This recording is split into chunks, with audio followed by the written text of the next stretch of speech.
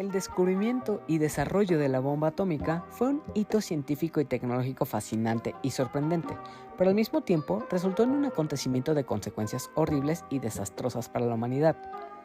Este logro marcó el inicio de la era nuclear y transformó radicalmente el panorama político y la percepción de la guerra, tanto durante la Segunda Guerra Mundial como en las décadas posteriores. Lo fascinante y sorprendente del desarrollo de la bomba atómica radica en el increíble avance científico y tecnológico que esto implicó. El proyecto Manhattan, que llevó a cabo el desarrollo de la bomba durante la Segunda Guerra Mundial, fue un esfuerzo enorme que involucró a algunos de los científicos más brillantes del mundo como Albert Einstein o Robert Oppenheimer. La comprensión de las leyes de la física y el dominio de la energía atómica abrieron una nueva era en la ciencia y la tecnología, revelando el poder y el potencial inimaginable del átomo.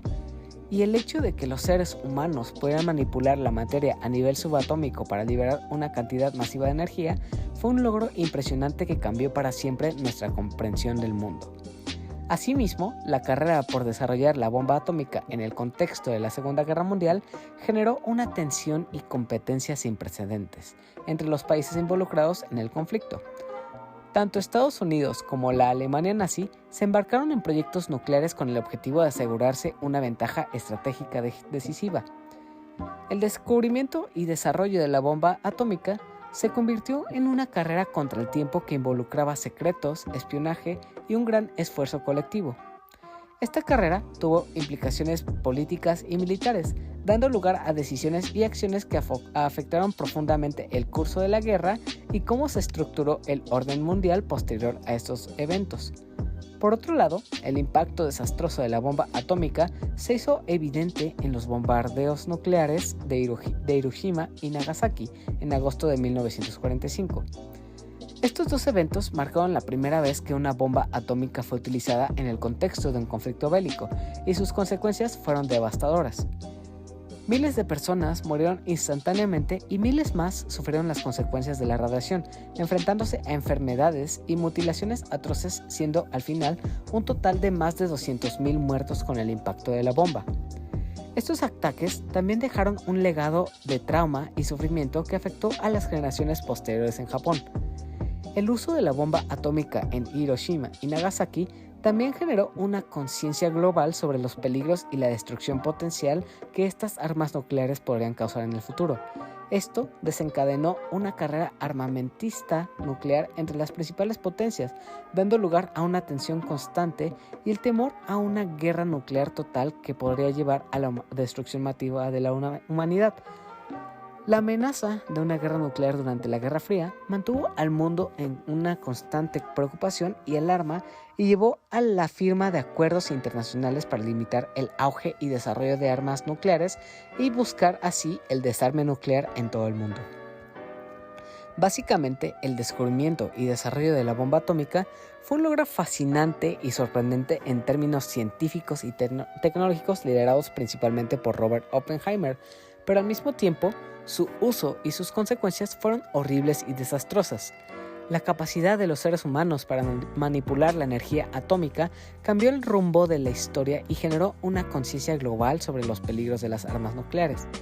El impacto de la bomba atómica en Hiroshima y Nagasaki marcó un antes y un después en la percepción de la guerra y la tecnología, y su legado ha llevado a un constante debate sobre la ética y la responsabilidad en el uso de la ciencia y la tecnología para fines bélicos, y también para las personas involucradas en la creación de un arma como esta implicó un dilema moral enorme que les costó su propia integridad y presencia en la sociedad y el cómo se les ve a estas personas. Todo esto lo menciono porque el día de hoy te voy a hablar de una película que funge como un testimonio más que revela cómo fue el desarrollo de la bomba atómica, lo difícil que fue recrearla, el descubrimiento asombroso que fue, pero con esto lo aterrador que serían las consecuencias. Y esta película de la que voy a hablar hoy relata la historia del padre de la bomba atómica, Robert Oppenheimer, el hombre conocido por ser creador de una de las armas más peligrosas del mundo, pero también habla sobre el juicio que tuvo, el dilema moral que tuvo este hombre y también las consecuencias de todo esto. Pero antes de seguir, me presento. Yo soy Hila y con esto te doy la bienvenida al episodio 173 de La Opinión de Helado, un podcast sobre cine, series, anime y todo lo relacionado al mundo del entretenimiento, donde para esta ocasión y durante los siguientes minutos, como ya escuchaste, te estaré hablando de Oppenheimer, la más reciente película de Christopher Nolan y que de hecho también fue de las más esperadas para este año. Así que sin más tiempo que perder, continuemos con este Barbenheimer. Entonces, ahora sí, comencemos.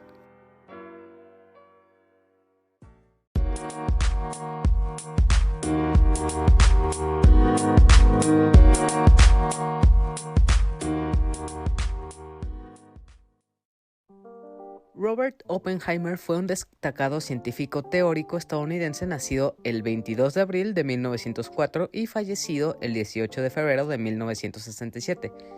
Él es reconocido principalmente por su papel fundamental en el desarrollo del Proyecto Manhattan, que prácticamente es el programa de investigación y desarrollo de armas nucleares durante la Segunda Guerra Mundial.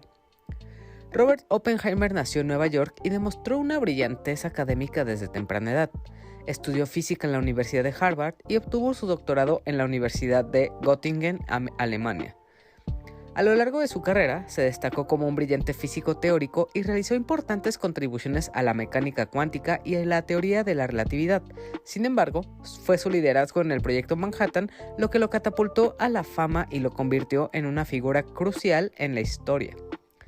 En 1942, durante la Segunda Guerra Mundial, Estados Unidos inició el proyecto secreto para desarrollar la bomba atómica con el objetivo de superar a la Alemania nazi en la carrera por construir armas nucleares.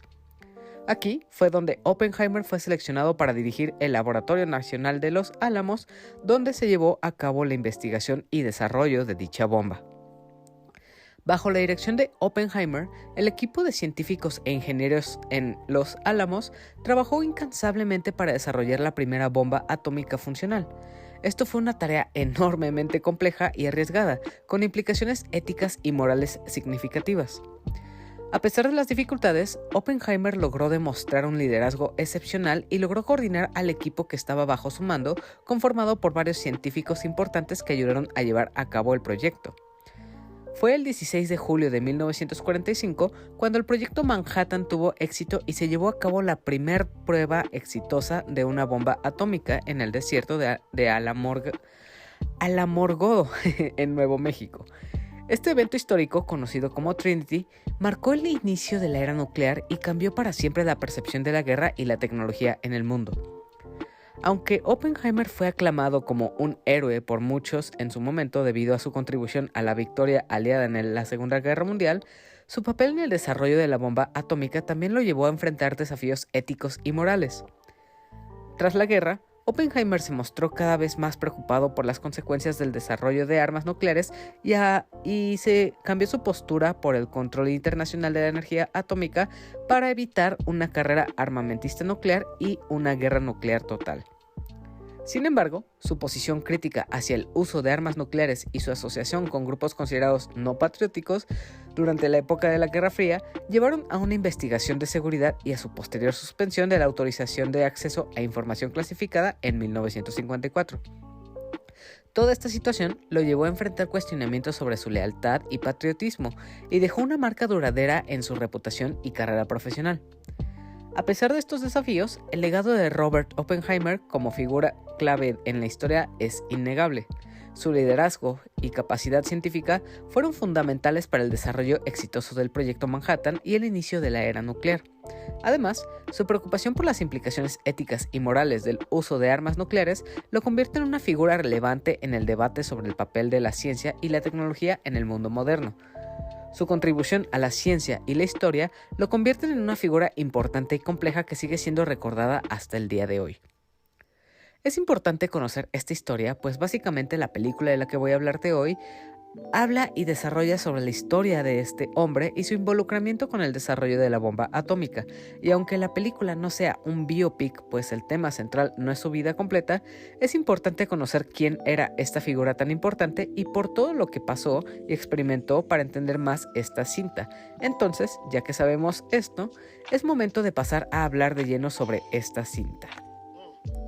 Oppenheimer es la nueva y más reciente película de Christopher Nolan, uno de los directores modernos más importantes de los últimos años, a quien conocemos por dirigir otras obras como Amnesia, Insomnia, la trilogía de Batman, El Gran Truco, Interstellar, Dunkerque y la última y polémica Tenet.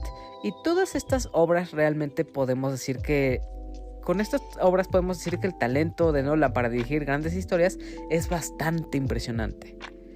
En cuanto a las actuaciones que tenemos aquí, podemos ver a Cillian Murphy como Robert Oppenheimer, Emily Blunt como Catherine Oppenheimer, Matt Damon como Leslie Groves, Robert Downey Jr. como Lewis Strauss, Jason Clarke como Roger Robb, Florence Pugh como Jean Tatlock, entre muchas apariciones y cameos que la verdad sí son bastantes. Ahora, en cuanto a la premisa que tenemos aquí, realmente no es mucha sorpresa, pues básicamente es una biopic inspirada en un momento en la vida de Robert Oppenheimer. Y pues básicamente la película Oppenheimer está basada en el libro American Prometheus, The Triumph and Tragedy of J. Robert Oppenheimer, que fue escrito por Kai Bird y Martin J. Sherwin. La obra original es una investigación que reconstruye la vida e impacto del padre de la bomba atómica, y en esta adaptación nos cuenta a través de distintos actos algunos de los momentos más importantes en la vida de este científico en el que vemos su investigación y desarrollo de la bomba, y el cómo fue seleccionado junto con otro grupo para trabajar en ella, y también cuando fue enjuiciado de manera injusta por sus actos por estar en contra de seguir las investigaciones sobre la energía nuclear. Si hay algo que en verdad hay que destacar de esta película es que esto es algo dirigido por Christopher Nolan, alguien que se sabe está obsesionado con la técnica y lo artesanal en el cine. Es alguien que se compromete por traer siempre una experiencia cinematográfica inigualable y que siempre se ha esforzado por innovar y por traer historias que sean visual y narrativamente impactantes. Y esto se ha visto a través de todas sus películas, y aunque no todas han sido el éxito que se esperaba, aún así la mayoría termina siendo algo memorable y muy entretenido que propone temas bastante complejos, pero a la vez muy interesantes como para mantenernos cautivos y atentos durante toda la película. Algo sorprendente con Oppenheimer es que a pesar de ser una cinta centrada completamente en la historia real del desarrollo de la bomba atómica y en la vida de Robert Oppenheimer, Nolan logra traer una película llena de momentos impactantes en donde también logra escalar la tensión y la ambientación de una manera maravillosa, y aunque la historia carece de acción o momentos así, convierte a la historia de este científico en algo completamente adictivo y que te mantiene aferrado por las sensaciones que te provoca al hablar de un tema tan aterrador como es la bomba atómica y ese miedo que hay a las consecuencias que pueda haber con la destrucción, que es algo que te lo transmite de inicio a fin hasta un punto que ni siquiera te das cuenta que ya han pasado 3 horas de esto. Una cosa que ayuda mucho a que la historia te enganche y te mantengas interesado en cada uno de sus personajes es el enorme cast que tiene y cómo cada personaje, por más pequeño que sea, es interpretado por una estrella enorme de Hollywood. Y tenemos desde personajes secundarios que veremos durante toda la historia, y también cuenta con una cantidad inmensa de cameos, también con actores súper importantes en la industria que solo aparecerán en una escena. Entonces, estar viendo tanto talento actoral aquí que dan lo máximo a la hora de interpretar su papel, termina por entregarnos una historia con un nivel narrativo súper alto y muy bien trabajado. Pero entre tantos actores y actrices que salen en pantalla, definitivamente la joya de la corona tiene que ser Cillian Murphy, que de hecho entrega la mejor actuación de todas interpretando a nuestro protagonista en esta historia, que es Robert Oppenheimer. Y la manera en que interpreta a este personaje con toda su seguridad, inteligencia y confianza, pero también con sus miedos, preocupaciones y arrepentimientos, hacen que este personaje sea alguien que entendamos a la perfección y con quien empaticemos, pero a la vez comprendamos la situación tan compleja y difícil en la que está involucrado al tener que liderar el equipo de desarrollo de un arma de destrucción masiva. Y como Cillian actúa e interpreta todas las emociones y comportamientos que esto implica, realmente es algo sorprendente y de aplaudir, y que de hecho no me sorprendería que será nominado a los futuros premios que llegue a ver. En cuanto a lo que vemos con Robert Oppenheimer, Aquí tenemos a un personaje realmente complejo, pero a la vez muy interesante. De entrada, se nos presenta a este científico que está obsesionado con las estrellas y su maravilla con el hecho de que estas al morir estallan provocando un hoyo negro a su paso, y Oppenheimer es alguien que quiere entender y recrear algo similar a esto. Entonces, lo que tenemos aquí es a un científico motivado e impulsado por su propia curiosidad y ganas de aprender, pero al mismo tiempo esto hace que su ego crezca, pues al estar tan involucrado en el proyecto Manhattan, quiere ser el primero en descubrir esto de cómo funciona la bomba atómica y quiere el reconocimiento de ser el primer hombre que logró descubrir la energía atómica y su uso para la guerra. Pero esto igual le traerá mucha culpa, pues lentamente mientras avanzaba en el proyecto Manhattan, sabía que su investigación significaba que se tendría que convertir, como él decía, en el destructor de mundos. Pero aún así, nunca se detuvo y terminó sucediendo lo que sabemos de Hiroshima y Nagasaki. Este es un tema muy interesante, ya que un tema recurrente y que se desarrolla mucho es cómo, a través de su historia, Oppenheimer juega con la moralidad de sus personajes, los pone a replantearse si lo que están haciendo es lo correcto. Por una parte, el descubrimiento de la energía atómica como herramienta es un enorme avance para la ciencia, pero al estar pasando la Segunda Guerra Mundial, desafortunadamente este avance científico debe usarse para la destrucción y para acabar con la guerra.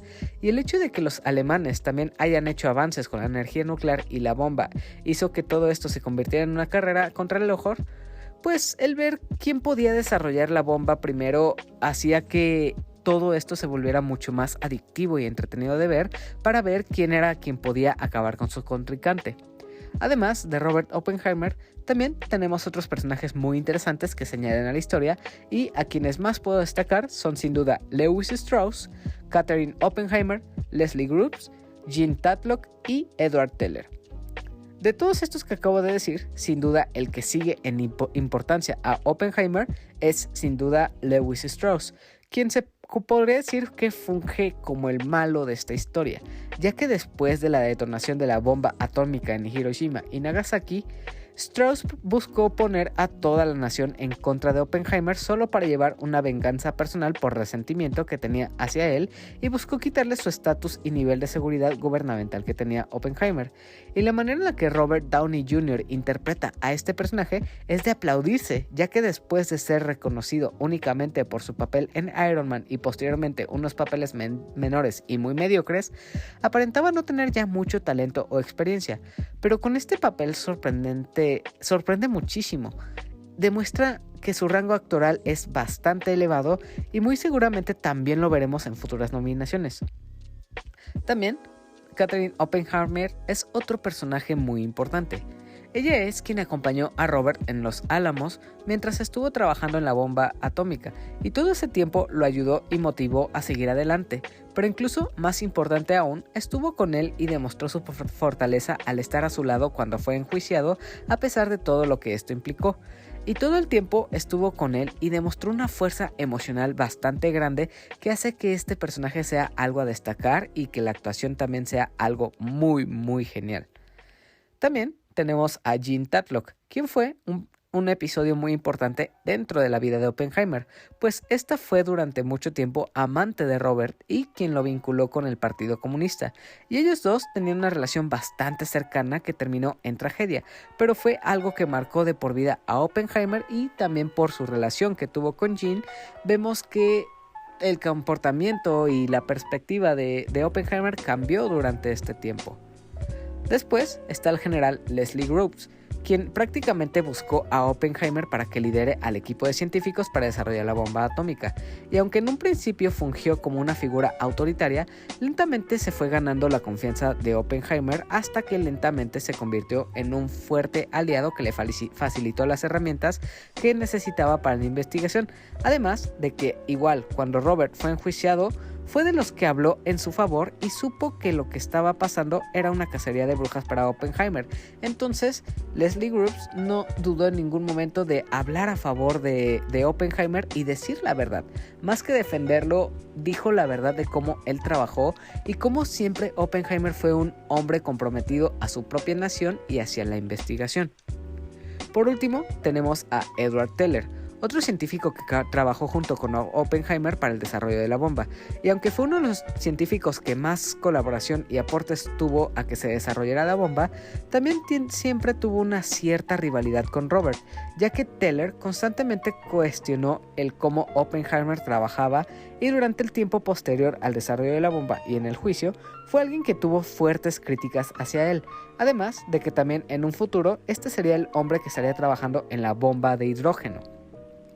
Hay muchos otros personajes que tienen un gran peso en la historia, pero si siguiera hablando de ellos, no terminaría nunca, para que veas que realmente hay un gran elenco aquí y que todos los papeles son relevantes para la historia y que de verdad hacen que esta película se vuelva aún más interesante de lo que ya es. Pero, considerando esto, hay otras cosas que de igual forma ayudan a que esto sea más que solo una película histórica, así que hablemos de estos otros elementos. Otros temas importantes de los que habla esta película son, por ejemplo, todas las implicaciones morales que tienen los personajes. Esta historia sabe desarrollar muy bien cómo se sienten los científicos frente a lo que están haciendo, sabe manejar muy bien esa tensión que hay en ellos y lo difícil que fue trabajar en la bomba, sabe manejar este conflicto interno que tenían los científicos por el temor de las consecuencias de lo que estaban creando, pero igual muestra por qué aún así lo hicieron y por qué también se tomó la decisión de detonar la bomba en Hiroshima y Nagasaki específicamente. También habla sobre la carrera armamentista entre Alemania y Estados Unidos y cómo, a pesar de la muerte de Hitler y el saber que prácticamente la guerra estaba llegando a su fin, aún así se continuó en el desarrollo de la bomba en Estados Unidos a pesar de que ya no era necesario. Y todo esto fue precisamente el dilema de Oppenheimer de si yo no lo hago, alguien más lo hará. Entonces, si los alemanes u otra nación iban a desarrollar la bomba atómica, ¿por qué Oppenheimer iba a dejar que esto sucediera poniendo en riesgo a su propia nación?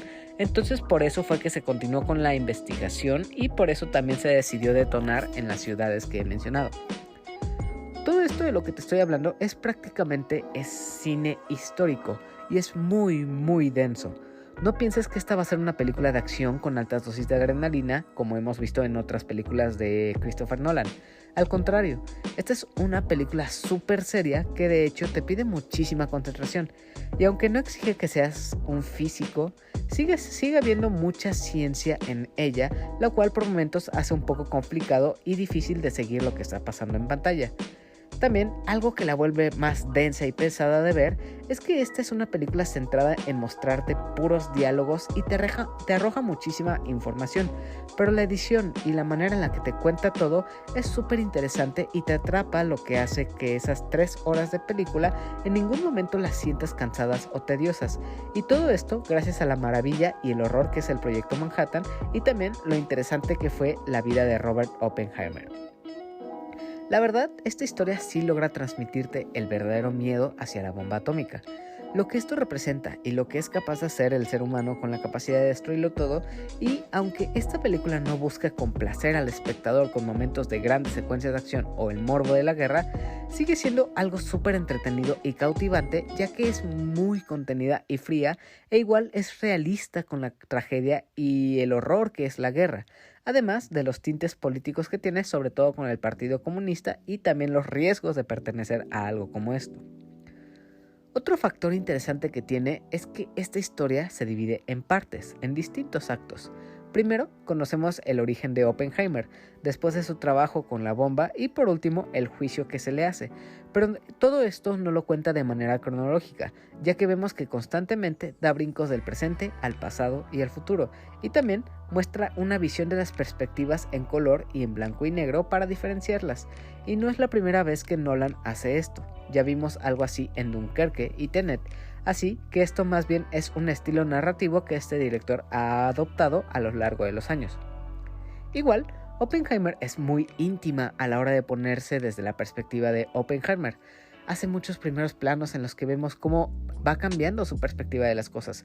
Sus emociones van cambiando y vemos cómo un hombre que en un inicio tenía hambre de conocimiento que lo motivaban y emocionaban, lentamente van cambiando su expresión, ya que empieza a descubrir el horror y las consecuencias que conllevan su investigación, y es así como este personaje se va deteriorando poco a poco. Pasando a otro tema, de toda la película hay una escena que realmente tengo que destacar ya que me sorprendió y es un tanto impactante, ya que es un momento en el que esperas que por lo que estás viendo suceda un sonido estruendoso y súper ruidoso, pero sorprendentemente este es el momento más silencioso y contemplativo de la película y tal vez es una de las mejores escenas visualmente hablando, ya que todo lo que vemos fue escalando hasta llegar hasta este momento y cómo logra subir esa tensión verdaderamente me voló la cabeza y terminó gustándome muchísimo. Igual, con todo lo que aprendemos sobre la historia, siento que realmente da mucho coraje saber cómo se seleccionaron Hiroshima y Nagasaki como los objetivos para la detonación de la bomba, supuestamente porque los japoneses no se rendirían y a pesar de que la guerra ya había acabado, pues se sostenía el hecho de que los japoneses nunca se iban a rendir, pero aún así, simplemente por el hecho de que Estados Unidos quería demostrar el poder que tenían, de todas formas se optó por detonar la bomba y esto fue una situación bastante cruel y muy injusta, lo cual pues se termina desarrollando en cómo los científicos se sienten después de haber detonado esta bomba. Algo importante a considerar es que a pesar de todo, en esta película no hay un villano como tal. Tomemos por ejemplo el caso de Oppenheimer, ya que él solo es una víctima de su ambición por el conocimiento y de un gobierno que busca aprovechar de esto para tener la ventaja por encima de todos los demás. Pero aún así, Oppenheimer sabe que lo que está haciendo es terrible y se lamenta por ello, pero esto solo es un mensaje más sobre la realidad de que en la guerra no hay ni buenos ni malos, y por supuesto, cuando hay una guerra en curso, nadie gana cuando esto sucede. Todos son perdedores y realmente los números y las vidas que se pierden son una situación bastante grave que se podría haber evitado si las grandes cabezas que lideran las naciones hubieran pensado de otra forma.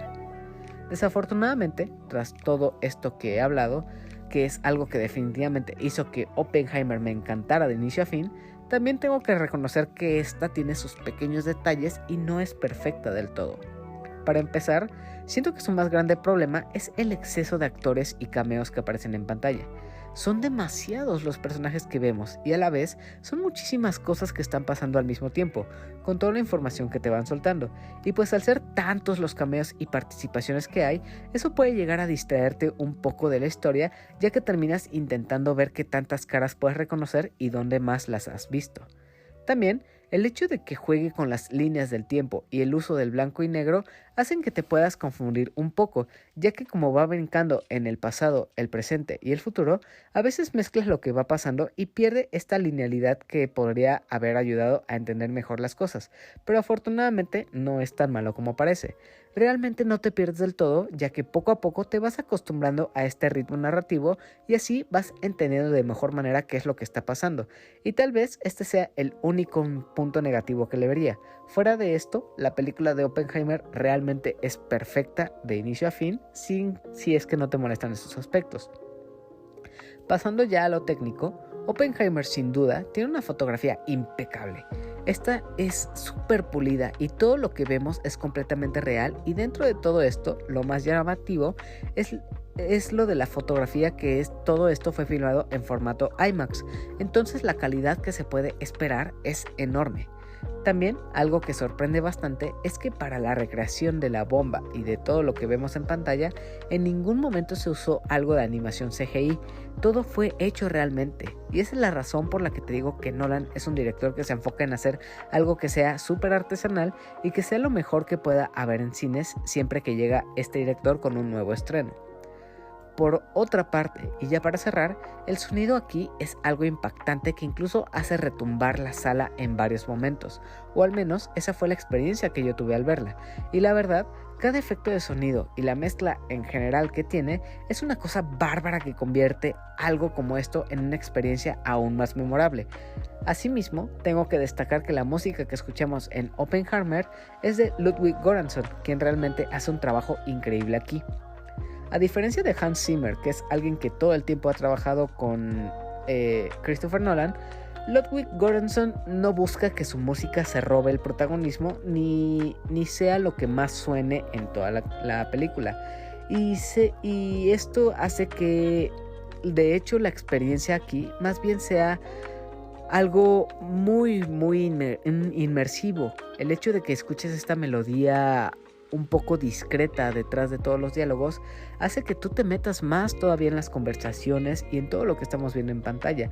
Entonces, de verdad que hay que aplaudir el trabajo de Ludwig Göransson aquí en esta película. Y ya, con esto, ahora sí, ya podemos dar cierre a esta segunda parte del episodio. Pero no te preocupes, todavía no acaba este episodio. Aún falta que te hable sobre mis conclusiones, la sección de mensajes y preguntas, los saludos y por último, la despedida de este episodio. Pero eso será tras un pequeño descanso, así que tras una cortinilla que escucharás a continuación, en breve, continuamos.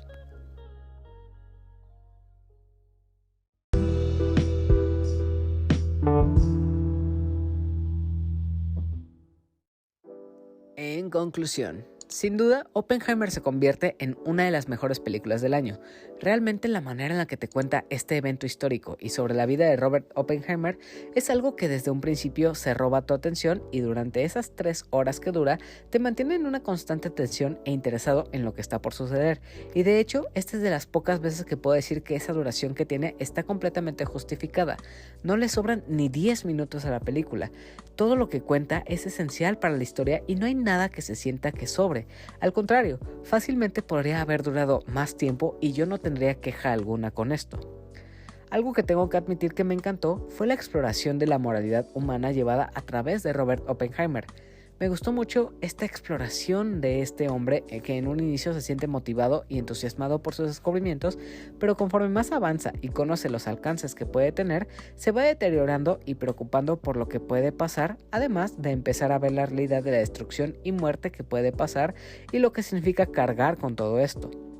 La manera en la que Cillian Murphy demuestra todo esto es algo que me encantó y que sí tengo que aplaudir.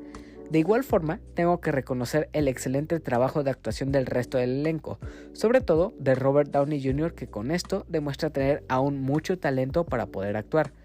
Sin duda, esta es una película que recomiendo muchísimo ver y en el formato más grande que puedas.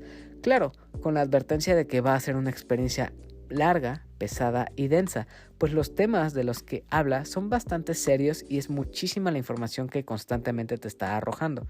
Y con esto dicho, ahora sí terminamos con este Barbenheimer, un evento cultural y cinematográfico que no se había visto en años y que la verdad fue algo súper llamativo y que me gustó muchísimo ver y experimentar. Sin duda, tanto Barbie como Oppenheimer se quedan como una de las mejores películas del año y que causaron hype y euforia de una manera que no se había visto antes y que fue sin duda toda una locura.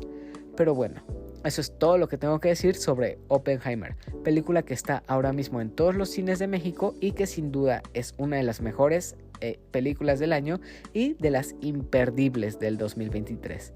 Desconozco si en algún futuro esta película llegue a plataformas de streaming, pues Nolan no le gusta mucho o no está a favor de las plataformas. Al menos pues no que sea tan pronto en cuanto está a cine, así que yo creo que sí va a pasar muchísimo tiempo para que llegue a plataformas, así que si la quieres ver, realmente recomiendo que la veas en cines cuanto antes, además de que esta película está hecha para que sí o sí la veas en una pantalla grande. Entonces, si es que esta película ya la viste o tienes ganas de verla, espero que puedas contarme en redes sociales qué te ha parecido o qué esperas de ella para que así más personas puedan interesarse por verla.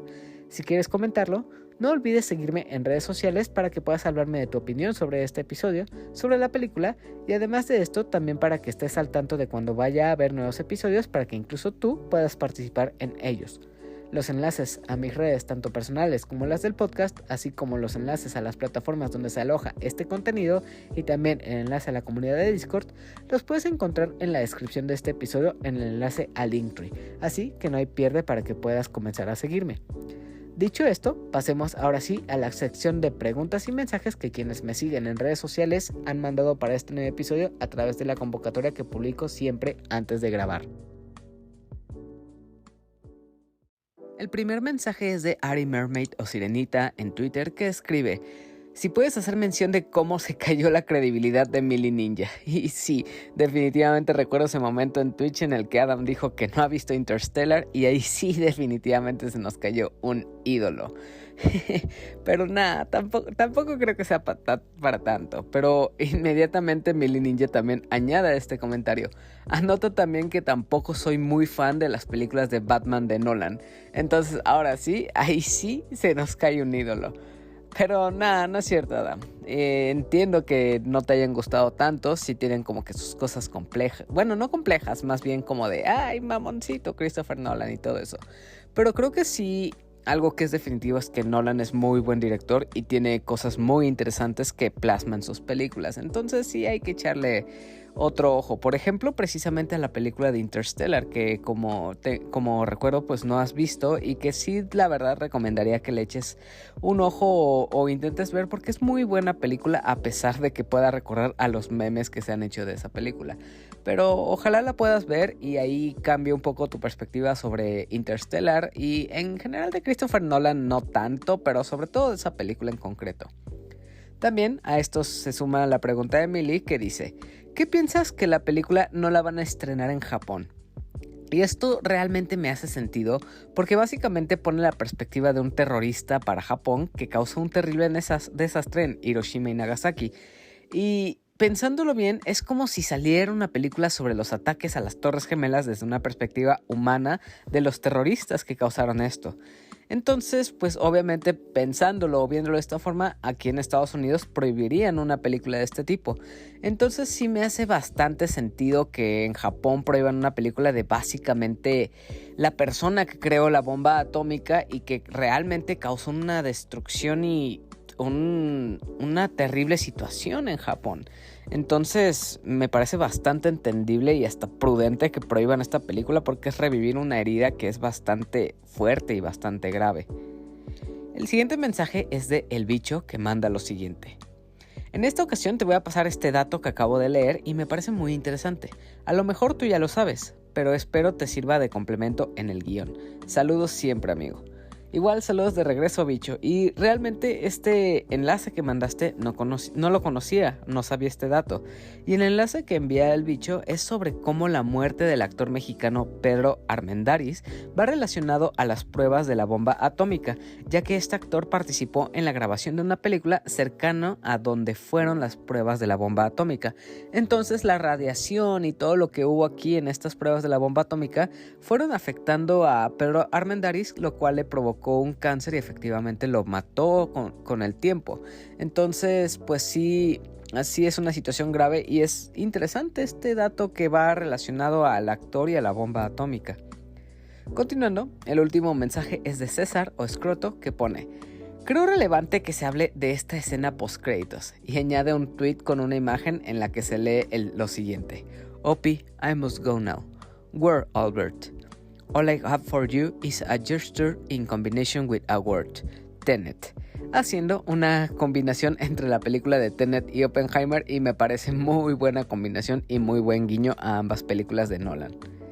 Igual, no quiero dejar pasar lo que escribieron para el episodio anterior, que fue el 171, que fue sobre 9, y este mensaje es de Manu, que dice: recuerdo que la vi cerca de la fecha del estreno y me pareció muy buena, me gusta su tono melancólico. Se me antoja darle una revisitada y aprovecharé para ver el corto. Buen episodio. Fíjate, Manu, que el corto yo tampoco lo he visto, pero tengo entendido que está en YouTube. Entonces también me parecería adecuado para mí para ver el corto y a ver qué tal está. Y en cuanto a lo que dices de la película, efectivamente tiene una ambientación muy, muy melancólica y muy triste. Y creo que si le dieras una segunda vuelta a la película, apreciarías muchas cosas distintas a cuando la viste en su momento. Yo, por ejemplo, recuerdo haberla visto cuando estrenó y ahí sí no comprendí tanto. Pero ahora que la volví a ver recientemente para grabar ese episodio, sí encontré cosas muy distintas y la disfruté mucho más. También, para el mismo episodio de Nine, Alberto escribe: que programe una tarde para ver esta joya, dice. De hecho, lleva rato en mi lista de HBO Max, así que espero pronto la veré de nuevo. Y ojalá sí la veas, Alberto, porque es una película que vale mucho la pena. De verdad que con el tiempo que ha pasado y tantos años después de su estreno, sí se te olvidan muchas cosas. Y es que esto pasa seguido con películas que vemos años antes o cuando fueron su estreno. Las volvemos a ver y es un concepto completamente distinto y las entendemos de una manera muy diferente. Entonces darle una segunda vuelta a estas películas que valen tanto la pena creo que es algo muy padre porque descubres cosas muy diferentes en las películas. Y con eso acabamos las preguntas, ya que fueron todos los mensajes y preguntas que han llegado. Muchas gracias a todos por escribir y ayudar a que cada episodio tenga más apoyo del que merece. Recuerda que todos los comentarios, mensajes y preguntas que lleguen se leerán en los próximos episodios, así que si quieres participar, eres bienvenido a comentar, ya sea a través de la sección de comentarios de Spotify o YouTube de los episodios pasados o incluso en las convocatorias que publico en redes sociales previo a grabar los días jueves y domingos. Ahora sí, vamos con la sección de saludos para todas esas personas que comparten o interactúan con todas las publicaciones relacionadas a este contenido, así que vamos a ello. Saludos y abrazos para Aline, también para Lenita Bustamante que pide su saludo de para bailar esto es una bomba, para gozar esto es una bomba. No inventes, me encantan esos saludos. Continuando, saludos para Ari Mermaid o Sirenita, también saludos para Shirley Sánchez, para Mauricio Garduño, para Yamiao, Marmota, Carlos, Sabo, Félix y The Firesoul, para Paquito, Abraham, Emiliano, Saikito, Yori y Ares, para Sejim de A la Aventura, a Rocker Stroker, a Mike Santana y Juan Su de Fugitivos Podcast, a Kenai Lex, Ingenierillo, Eddie y Samper y Rob Sainz, a Bani y Alberto, a César, Señor Scroto y a todo el equipo de Dream Match, a Burning Hunt, a Daggett de la presa de Daggett, a Miguel y Ramiro de Para Dormir Después Podcast, que por cierto también vayan a escuchar su episodio de Oppenheimer que les quedó excelente. Continuando, para Cadasco y a Ryunjun allá hasta Japón, a Andy, a El Bicho, a Adam del Podcast Beta, a Guillermo el Gosteable, a Omar Mosqueda, a Mr. Suki y por último a Rol, Tito y Manu del Bolobancast. Igual, como siempre, te extiendo la invitación a que escuches otros podcast amigos que recomiendo mucho, entre los que están el Podcast Beta, Bolobancast, Showtime Podcast, Dream Match, A la Aventura y Susurros del Inframundo. Realmente agradezco que hayas llegado al final de este episodio y que escuches cada episodio que llega semana a semana a este contenido, que por cierto, recuerda ya hay más de 170 episodios con temas de cine, series y anime, ya sea en solitario o con invitados que puedes escuchar en las distintas plataformas de audio como Apple Podcast, Podimo, Spotify, Pocket Cast, Anchor, iVoox, Google Podcast o hasta YouTube. Así que no olvides suscribirte en tu plataforma favorita y si puedes, por favor califica este contenido, depende de lo que te ha parecido en Spotify y Apple Podcast, ya que así, de esta manera, el contenido que hago es recomendado a más personas y así la audiencia que tengo pueda incrementar. Además de esto, también espero puedas contarme tu opinión sobre este episodio en la sección de comentarios de Spotify para saber qué te ha parecido la película o en sí el episodio del que hablé hoy. O si más bien estás viendo esto por YouTube, no olvides suscribirte al canal, dejar tu like y si quieres también tu comentario diciendo qué te ha parecido este nuevo episodio. Espero que tras todo lo que hablé decidas sumarte a esta comunidad y volver para los futuros episodios que por cierto llegan todos los días lunes y los viernes de cada semana. Entonces, ahora sí, me despido de ti deseándote lo mejor, sé una buena persona, persigue tus sueños y apunta al futuro que tú deseas. Hasta la próxima y adiós.